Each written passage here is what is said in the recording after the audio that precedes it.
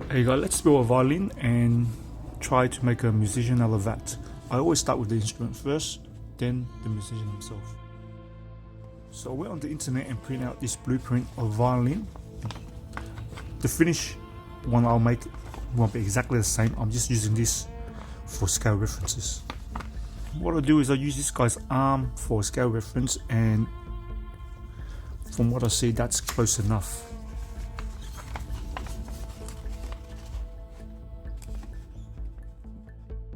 The first thing I usually do is I'll cut out the shape and trace it onto a piece of styrene, then cut around it. The other trick you can do is use double-sided tape like that.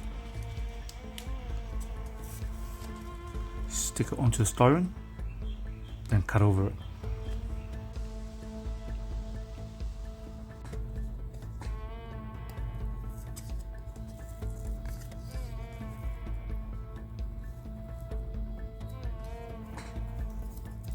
Already cut around the main shape and left these parts.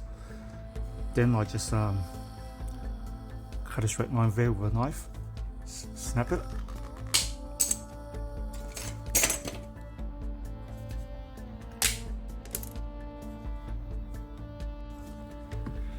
So these curvy parts here are hard to cut with a knife because it's quite thick, right?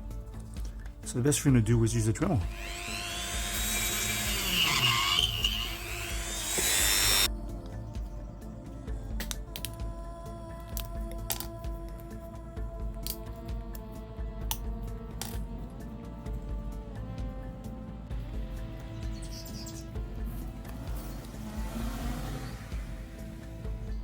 So rip the sticker off, and you can see the cutting lines I've did by tracing.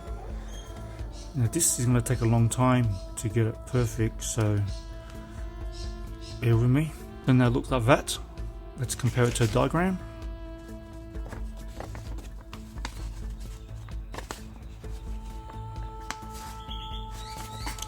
That's close enough.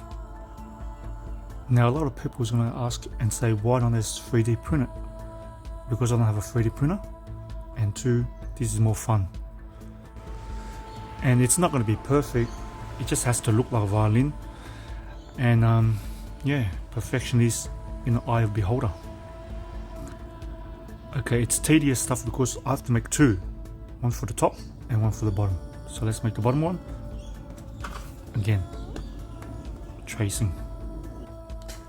So that's the rough cut of the second one, and that was the original one, right? So what I'll do now is I'll put some glue there and I'll stick it together for now. And why would I want to do that? So I can sand the bottom one to match the top one without it moving around, just to get as close as possible. The 2 of them glue together and sand. To get into these curvy bits, I just get some sandpaper and roll up onto a tube.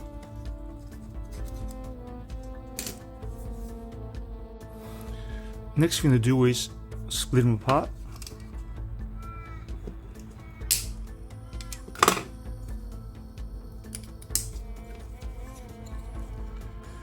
So those glue marks, it doesn't matter because it's going to be the inside, right?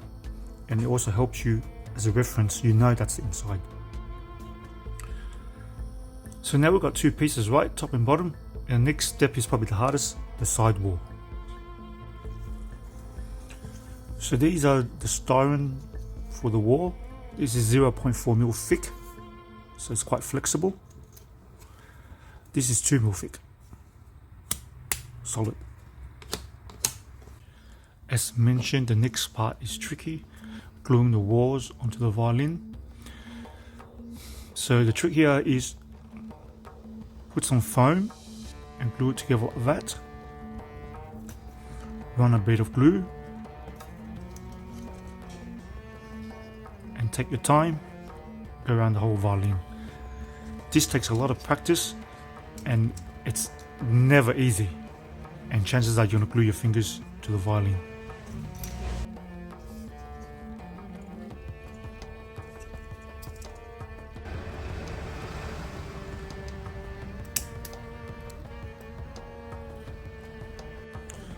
Yep, like I said before, chances are you glue your fingers together. Look at that glue. So another trick you can do is to hold it down is use the elastic bands like this. When it's dry, cut it off. Don't worry about the mess, it's going to be all sanded down again.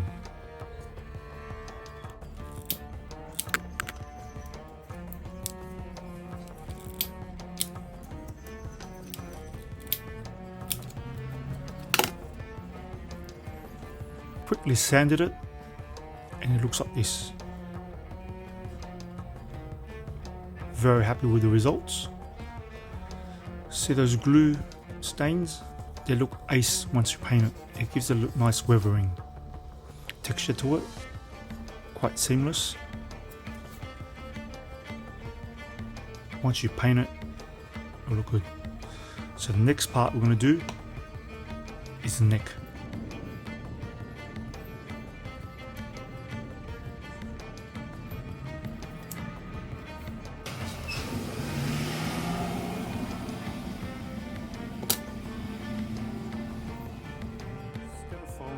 Drawing, I'm gonna do it like this. Make two necks, one on an angle, bend this one, glue it on here like that. If done correctly, it should look like this.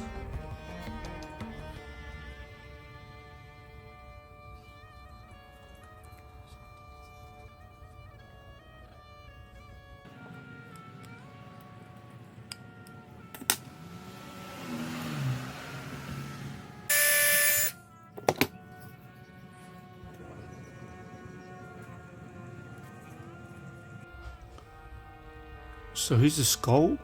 I'm going to put an end. What I'm going to do is going to put 4 bolts, 2 here and 2 on this side as tensioners. The 4 bolts, 2 on each side as tensioners. Doesn't have to be aligned or symmetrical, just have fun, be creative, just make it look a bit crazy. Let's put on the violin and see what it looks like, eh? Mounted it and it looks like this. Pretty ace, I say.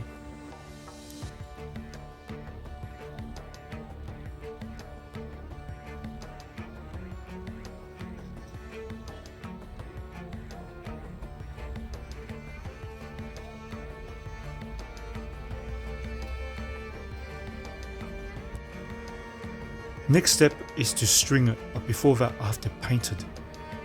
And I won't be painting it today because it's getting late and it's quite cloudy today.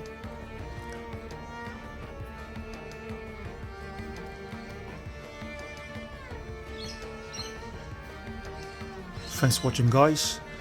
Hope you made it through the whole video without falling asleep. If you did, give it a like and share. Much appreciated.